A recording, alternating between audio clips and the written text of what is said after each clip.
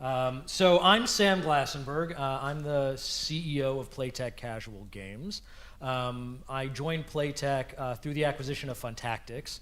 We do games based on major Hollywood films, and actually prior to us being acquired, we were doing a lot of business in China, which I think is why I was selected to MC this panel. But I'm not actually participating. I'm just going to be facilitating the conversation as your trusty MC and bartender. And so I'm going to leave it to the panelists to introduce themselves, the company they're from, and just tell me what games and business you have done in China. And if that just means buying a lot of made in China products, that also qualifies. So we'll start with Chala, because you arrived last and you're all right, that's fair. It's a fair point. I'm Caglar from Goodgame Studios. I'm doing BD for Goodgame Studios almost a half decade now. We are a game developer based in Germany. We started with web games, and nowadays we are also doing, I mean not nowadays, since a few years we are also doing mobile games. Our most successful mobile game is Empire 4 Kingdoms. It's the biggest app from a German developer. We published Empire 4 Kingdoms by ourselves in China like 2.5 years ago, and that was not a big success story, but a good failure. So I will talk about it during this panel.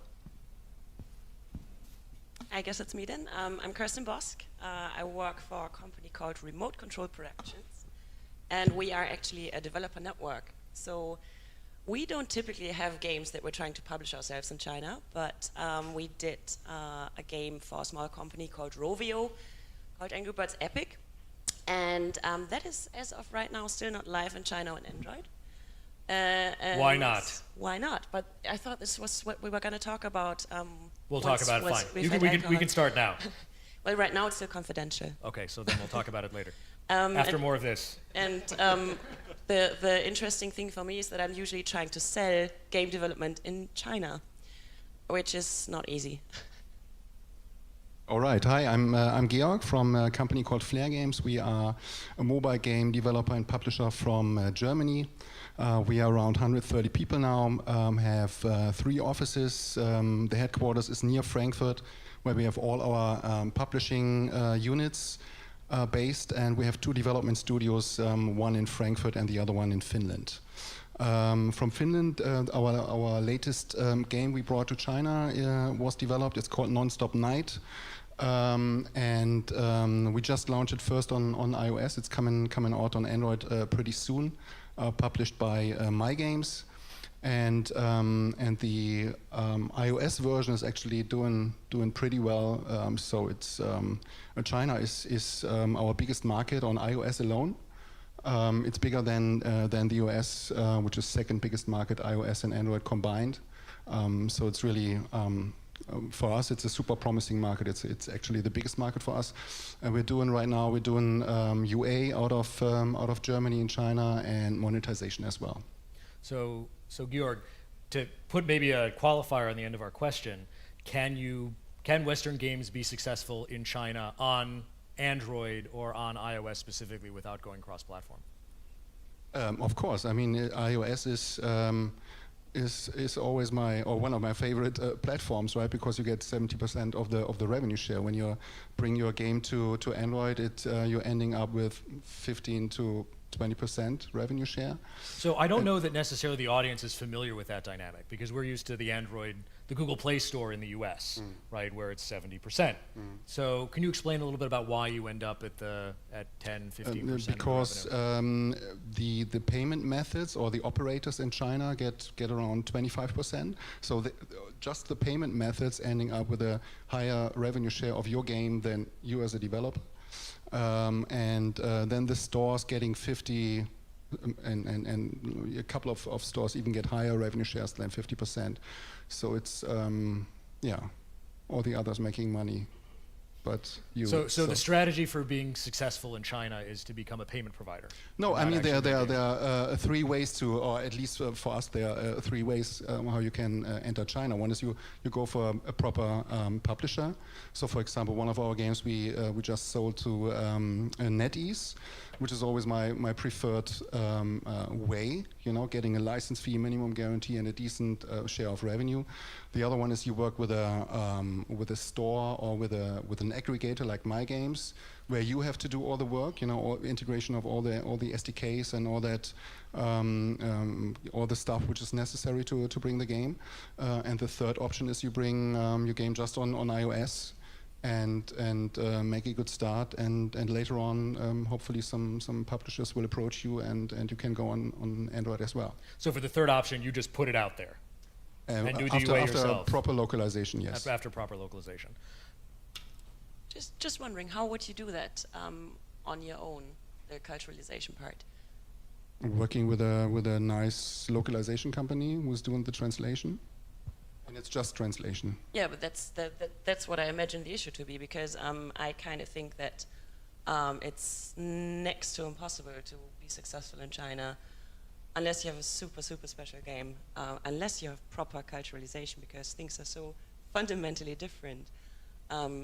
That I'm not so sure. I mean, everybody tells you that, especially the guys from the localization industry. But I'm not so sure. I mean, when you have a game which works internationally, like Non-Stop Night, where you see, okay, China is the biggest market for us, then it seems to work there as well. Yeah. But of course, localization is very important. Just to let me add on that, because it's we had another game from us, Royal Revolt 2.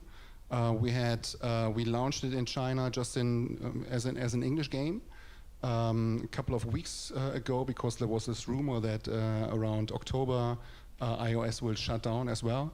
So we thought, okay, let's bring it on as an English version first, and then do the translation later on. We did the translation 10 days ago.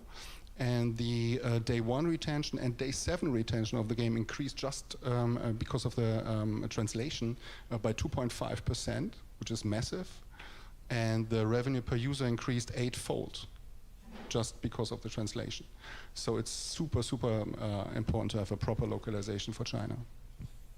And this is exactly what people usually misunderstand, localization and culturalization, because culturalization might take too long and it's not necessary. If the game is, as you said, doing on an international level well, then it will definitely do it with this version as well. We see, I mean, back then, and all the publishers are always trying to sell this, like you have to have proper culturalization, otherwise you won't succeed here in the East. But we see now that the Eastern game from Come To Us, Gameville, is successful with one build in the East and in the West, and we see games such as Clash of Clans, Mobile Strike, etc. doing extremely well in the Eastern market with one build. So you can be successful if the game is great. So you don't need to do always a culturalization. People are always, especially the publishers, try to sell it, but it's not necessary. We've also had some experience with that, where we had a big publisher in China take on our game, and they were saying, guys, we really need to culturalize this. We need to change a bunch of things within the game.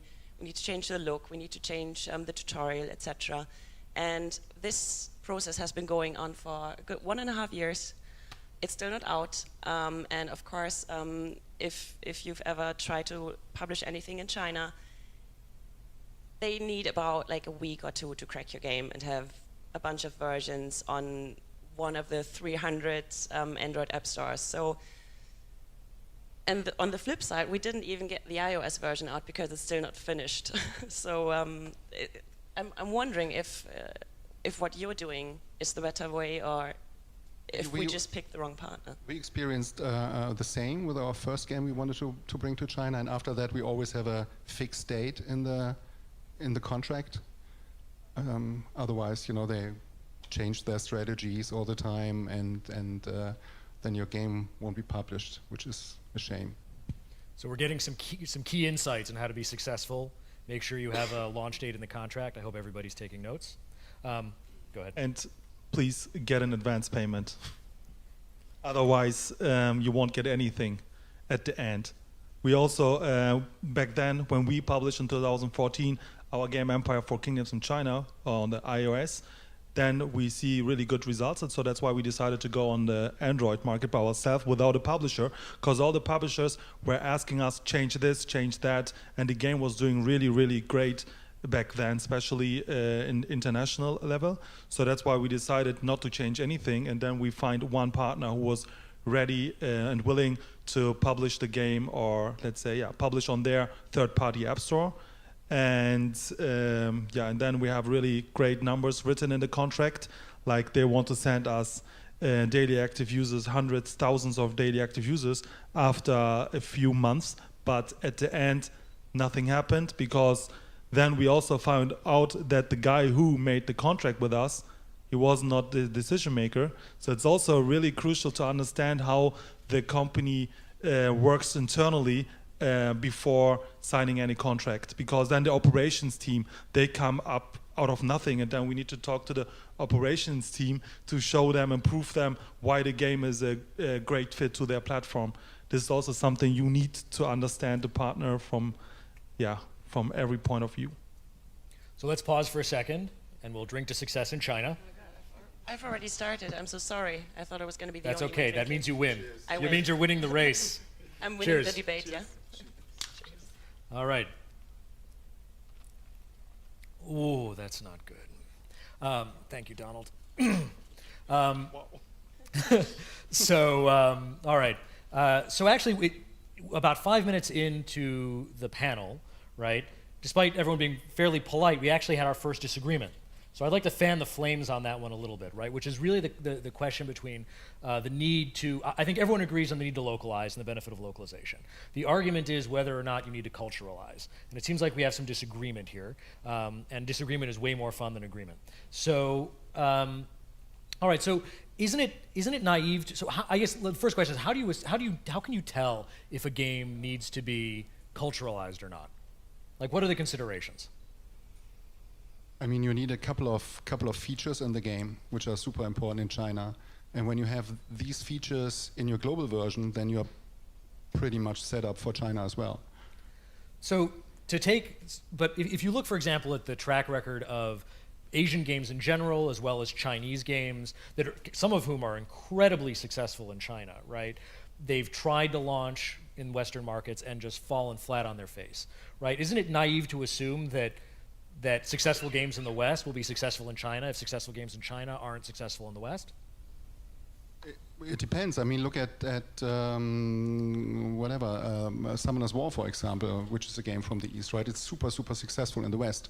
The couple of games, especially from Korean developers who are super successful in the West. It can happen. I mean, sometimes Asian games are overloaded, or especially Chinese games are overloaded, and they have too many buttons, too many features, too many colors, everything too many. So this is the Western consumer consumes content much more relaxed. You know, the Asians and especially the Chinese consumers are heavy users of content and very, very competitive and very open to pay to win.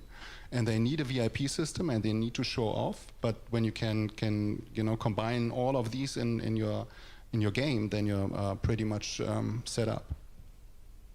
But I don't think you can necessarily compare Chinese games and Korean and Japanese games, because some of us may have played MMORPGs in the past or are into JRPGs, so we're used to these games. And Chinese games are just, I remember years ago, every second game that any Chinese company showed you was like, oh yeah, it's Three Kingdoms. And you're all like, we've never heard of this, and it continues to be a big deal there, but you could never be successful with a Three Kingdoms based Four game. Kingdoms. Four Kingdoms. That's how we roll. But I think you can't compare these markets. It's also a lot easier to talk to Korean companies, for instance, as opposed to Chinese. So. But Korean games or Japanese games are also successful in China. So that's why we can say like Eastern games in general. So that's why Summoner's War is really a great example, and especially it's one build. It's not really cultural. I think the main reason why these companies are failing in the Western market is that they have different expectations. As example, a friend of mine who's working for a mobile division as a product manager for Perfect World in China, and they launched this game, I forget the name, Clash for Dawn or something like that. From the name generator. Yeah, exactly. And they were expecting after 4 weeks the return of investment for user acquisition because they are spoiled in China, and they were making it, the return of investment was after 3 months. That was not fast enough. So I think these kind of things are also like the reason why they don't invest more. They should be more patient and and take their time. But this is a problem of the Eastern developers, I think, why they are not so successful in the West. I mean, Korean and Chinese games are closer together than Korean and Chinese games in comparison to Japanese games, for example. Japan is the harder nut to crack. To publish in. And to be successful. I mean, we've never made some serious revenue in Japan so far. But I worked for a small company, and we had a really not so great match 3 puzzle game, like everybody. And we decided, hey, let's just check out Japan. We're just gonna translate this and then put this on there. And the difference is, it wasn't like this wasn't like one of our top markets, but we did user acquisition. We were making profits. It didn't scale necessarily, but we still got revenues from Android, which is definitely currently not so easy in China. So, congrats. So Charlie, you mentioned that you had both successes and failures in China. Can you break those apart and explain what the differences were between the two? Was there any way to predict beforehand that one would have been successful and one not?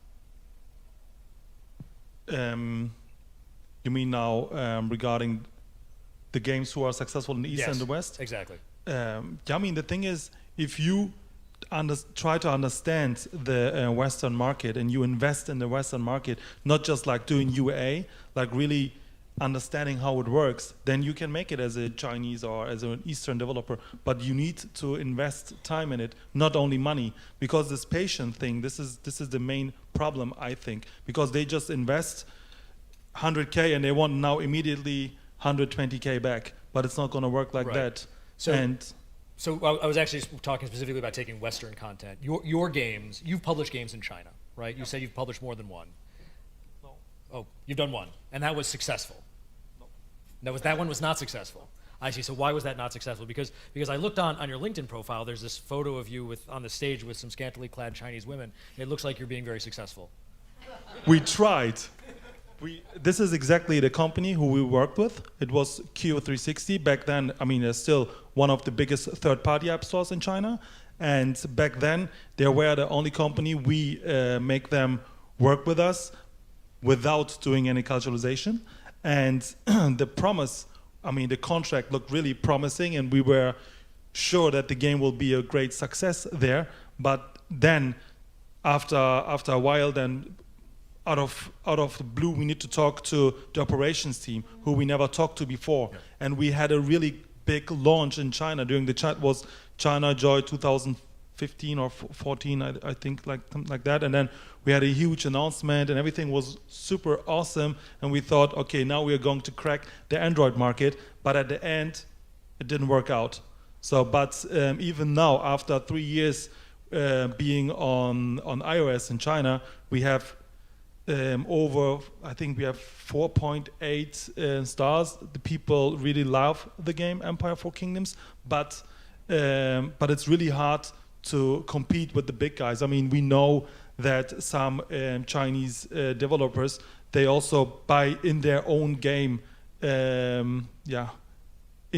do in-app purchase in their own game to get the game on the top grossing charts and a higher ranking. And I think China is also it's the only place in the world where people are really looking at the top grossing charts and seeing, okay, this game is doing great, and I want to go and compete with the other paying users.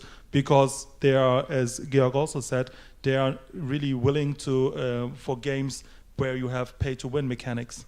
So that's why it's really hard to be successful in China. So it sounds like the key to success is cheating. Or to know someone who cheats for you. Oh. When you're saying it didn't work out, how spectacular of a failure was that? Just out of personal interest. I'm sure nobody cares. You can use hand motions to describe how spectacular the failure was. It really hurt. Okay. We don't need to. We can. Afterwards, it was not possible to find other companies to work with because that was a mess. I think the key to success in China is really very high retention rates. When you don't have 50+% day one retention, then it's impossible to attract all the stores, and then your publisher or when you do it yourself, you will lose interest in promoting your game in all these stores. So you're saying you need to have, so when you're making the decision which game to put into China from the West, it needs to be at a 50% day one retention. You cannot sell your game when it's not strong on the retention side. And when you bring a game over to China, how do the KPIs change? It depends. I mean, when the first time we brought a game to China, only on iOS as well, we had, first time we looked into China was 4 or 5 years ago with one of our first titles, and by that time the revenue per user in China in comparison to a German, UK or French player was 1/10 of the revenue. Mm-hmm. And what we see right now is that Chinese players make more revenue than German, UK and French players. Really? Just in 4 years. Was that by virtue of the market changing, or you got smarter about how to monetize them? I mean, there are much more whales in China these days than I mean, all the time when I'm going to China 2 or 3 times a year, and every time I'm entering this country, I have the feeling, okay, there are 50 million more millionaires in that country, right? So, and these are crazy spenders. So it's all at the front end of the curve. Yeah. Any other KPIs that differ? I mean, in any of your experiences, right? Like, are session lengths different? Long-term retention different? Any other characteristics about gameplay that you can expect? The consumption of the content is super different. You know, for example, when we come up with a major update with content which would last in European markets 2 or 3 months. The next day we get some feedback from China. Where's the fresh content? It's boring. You know, you need to produce more. Is that because they hacked it, or is that because they played a lot? Because they are whatever. They're playing like crazy and consuming like crazy. It's not crazy. I mean, they're true fans, right? I don't want to disrespect them, but it's really they are consuming in a so different way than European or Western players. That's okay. We're going to try to offend everybody during the course of the But I think they're also spoiled from the Chinese developers. As I said, a friend of mine who was working in China, he said that they have shift working there. I mean, there's one development team who's working from I don't know, from 9 till 10, and then the other team is coming, and they keep on working. And then they have major updates like every week. Every week they have a major content update. It's crazy, and this is something for us Western developers. Yeah, when we make a major update, it lasts there for 1 week, and then they're asking like, it's boring. We want more. So this is really a big challenge. So how do you deal with the challenge? Do you set up teams working in shifts in your European studios, or is there a different approach? Or have we not cracked this one yet? Just need a good community management to keep these guys a little bit calm and relaxed and chilled. And so can you talk more specifically, like what are the community management tactics that work? Just saying more content is coming, more content is coming? More content is coming. Do you do like tournaments? What are the types? I'm assuming we may even have some community managers. Of course, in the audience. you always have like events, or especially when you have alliances, you have a lot of alliance wars coming up, and this is refreshing content all the time. But especially when you're releasing new characters in a game, or when you're releasing new weapons or vanity items or whatever, then the more you produce and bring to the market, the more they request. So we should just not give them anything, and then they'll be quiet, right? Yeah, maybe. But then you don't make any money. Tough trade-offs. Tough trade-offs. All right, so I wanted to talk about So a few sort of interesting topics around China. So censorship, Great Firewall. How have those impacted doing business and publishing games in China, or not at all?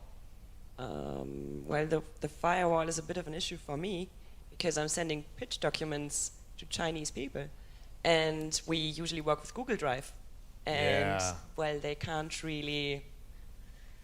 Some people use VPN, sometimes they don't work, so half of the time I get back feedback. Yeah, can you maybe send that a different way? So, but that's a small issue. I feel like there might be bigger issues. Piracy is a super big issue, especially when you have a single player game or download game. It's really a huge issue. We published, a week after we published Non-Stop Night in the West, there were around, and we haven't published the game on Android in China yet. 1 week later, there were over 60,000 copies of the game, and you could download the game from over 60,000 websites and stores. And not only the small ones, but also from Baidu, 360, all the major stores, there were a copy of our game. And so what you definitely need is someone who is writing emails and letters and call all these major app stores to say, hey, can you please take off this and they do. Copy? They'll take it down. They do. I mean, we have 5 smaller ones who are saying, sorry, we cannot. We are only taking it off if you provide us now with the official version. Yeah. But when you don't do that, you run in a very strange problem, because when a copy is out for a couple of months, and then your game is finally ready to enter Android markets in China, then you have to prove these stores that you are not the copy of the copy. So and even when you say, hey, we are the original guys, right? It's our game. They don't care. Have you tried that before? Because I actually imagine that, okay, so you're a Chinese player, you're playing on this cracked version, you're actually a whale, and then all of a sudden these stupid flare game gangs come around and take my game down, and I've spent a lot of money and time in it. Do you have problems with a disgruntled community once you launch? Are they mad at you? I mean, the problem is that they most of the time crack your game, that you don't have to pay for anything in the game, and they monetize via advertising. Yeah. So they actually they just go and insert advertisements into just crack your payment APK methods and then yeah. But when it comes to iOS, the Great Firewall is not really stopping you to publish your game on iOS. And we were just discussing about the size of the Apple App Store, and it's still extremely big. So when you look at the market share in general, I think it's back then in 2014 it was only 20% of the whole mobile market share, and now it's over 26%. And that sounds still very low, but it's hundreds of millions of people. And as example, we had just a few weeks ago, we had a very small feature on the Apple App Store, and it brought us almost 50,000 installs in just 7 days. It was a very, very small and high feature. So just imagine how big this store is. So to participate on the panel a little bit, specifically with regard to censorship, so running a company that does IP-based games, one of the things that we found is if you have a movie-based game, you may find that that movie never is approved for release in China, in which case your exposure, although not zero, right, is still very limited. We have a very successful Narcos game right now, for example. Narcos, largely due to its content, very drug-oriented, is not available in China. So it's not on Netflix. No. Netflix is not in China. Netflix, right? Not in China, no. So that's sort of an interesting angle, but specifically to IP-based games. All right, we have so Georg, you started talking about the 3 approaches, right? The 3 primary approaches to you have a successful Western game, you want to move it into China. What are the considerations, right? How do you decide which approach to take? And let's sort of maybe draw a scenario, right? I'm let's say a developer here in Israel, and I've got a successful mobile title. We'll say it's free to play. should we say it's multiplayer? Let's say it's multiplayer. What considerations, how do I decide whether to go publish straight in the iOS App Store, work with a publisher? How do I make that decision? I mean, we always go a couple of months before we launch a game. We always approach all the publishers we would like to work with in China. So how do you do that? So first step, we'll walk everybody through it. Do you go to China Joy? Do you? Yeah, you go to China Joy. You know these guys for a couple of years, which is. Yeah, you have to practice drinking before you go because it's yeah, and then so you give them the latest build to play and get their feedback, and when you see some interest, you try to sell your game, or at least we always do, and always try to find a publisher and would like to give out the source code and say, you know, do all the stuff yourself, and go for a license fee, minimum guarantee, and revenue share. But I mean, there are only, I would say, at least for us, there are, I would say, a dozen of publishers we would like to work with in China, and these companies only source, I would say, 1 or 2 Western games per year. So it's really rare that you find a publisher who's providing you a large amount of money upfront and publish the game. So you always have to be prepared for the second best. So you're saying best that way. just because a Chinese publisher says no is not necessarily a red flag that the game will not be successful in China? No, of course not. Of course not. I mean, for our latest game, Non-Stop Night, we didn't find a publisher up front, but then launched the game on iOS, and after that, many publishers approached us, and because we had proven KPIs now in China, and then we found a publisher for the Android version of the game. Any other thoughts? Just wondering, how long has it been taking so far? We signed just 2 or 3 months ago. I mean, that's the second approach. So we are now going with Non-Stop Night, the approach that we are integrating the SDKs, and we do all the work. Don't hand out the source code, which is also pretty okay. And we will launch in December, as soon as we have this crazy publishing number. What you need these days for games. How many SDKs did you integrate? Just one. You're going to be live on one Android store, or? No. We are going to be live on over 50 Android stores. There are a lot of there are a lot of aggregators now. What would you recommend technically, right? So, you know, given the extremely diverse SDK ecosystem and App Store ecosystem, how do you handle that? I mean, do you have a recommended partner that you work with, or recommended SDK that does a good job? We are working right now with My Games, which is a half Finnish, half Chinese company. And so far, I can highly recommend working with these guys. It's a really, they have one SDK where they have all the different payment methods and all the SDKs from all the major Android stores connected. So it's really something which is which I can recommend. But they are also only publishing 3, 4, 5 titles a year. I see. So you have to partner with them as a publisher in order to use their SDK. Yeah.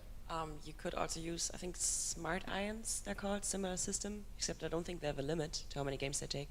But if you're really, really indie company without big budgets, they do take some money up front, and they do take a significant share. So it's I guess better than not doing anything.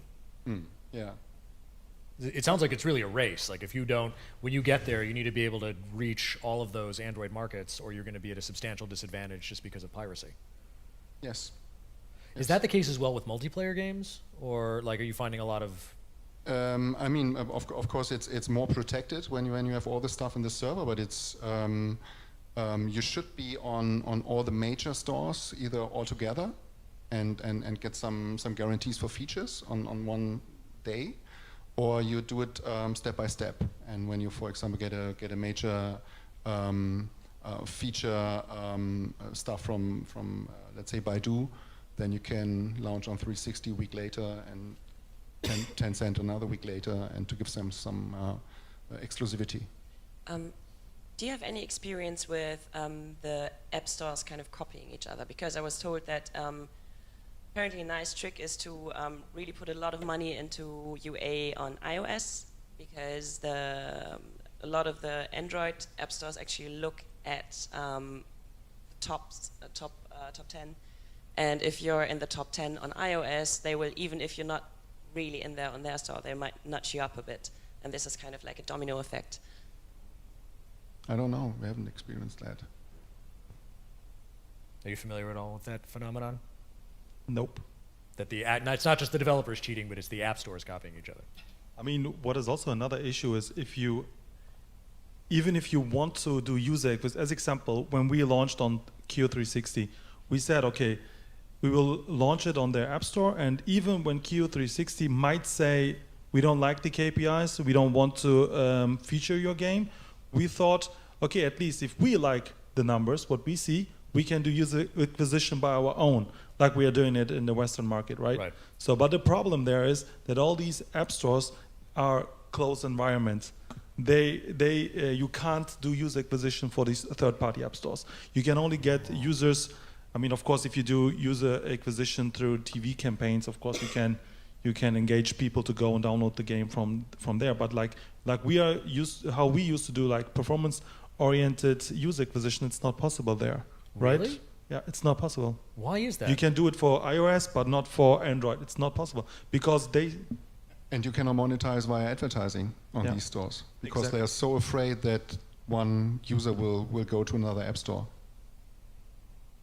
You cannot even do any branding advertising for cars or whatever in your. There's no advertising. There's no advertising right now. Nothing. I mean, all these stores are looking into it right now, as far as I know. But it's there is no chance to monetize via advertising on all the major stores right now. But they will only give you this advertising placements if your game is doing really, really great.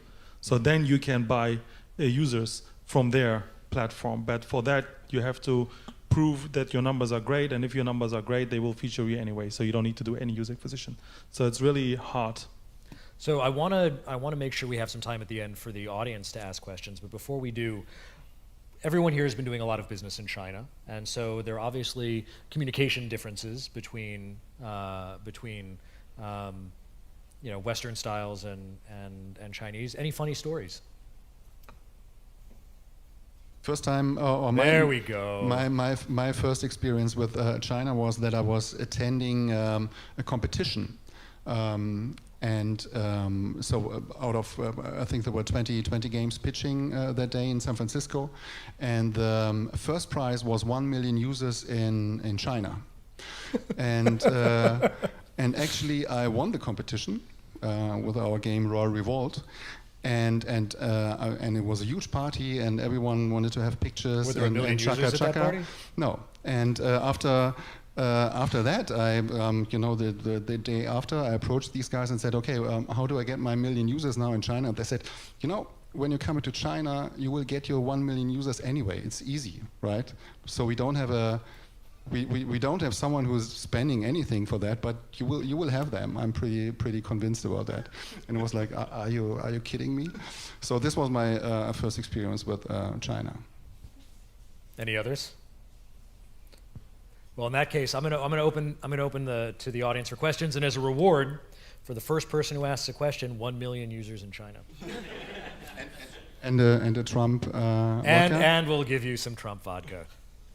Be afraid, be very afraid. It's really not good.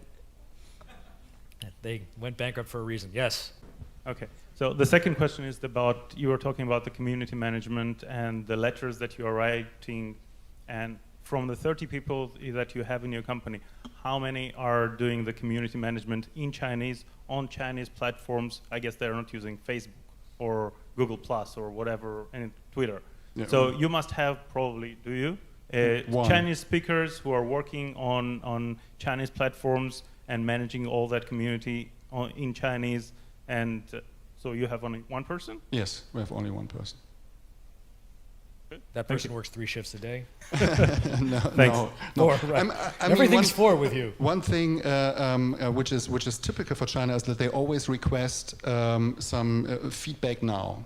Right. For example, I mean another thing which always in the beginning when we are dealing with a Chinese publisher is we make really strict rules of communication, because normally they send you an email with sometimes with a topic like my CEO was dreaming last night that when the button is not red but it's green, it will do better.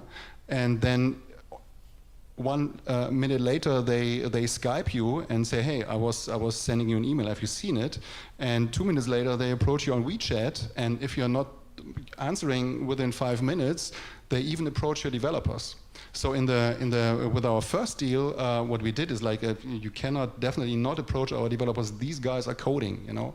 It's not like, you know, they are always approaching you with dozens of people, and when the CEO is requesting an answer, then the CEO is requesting an answer, and that's their biggest challenge to get these answers. So it's really and the same is with the users, but you know.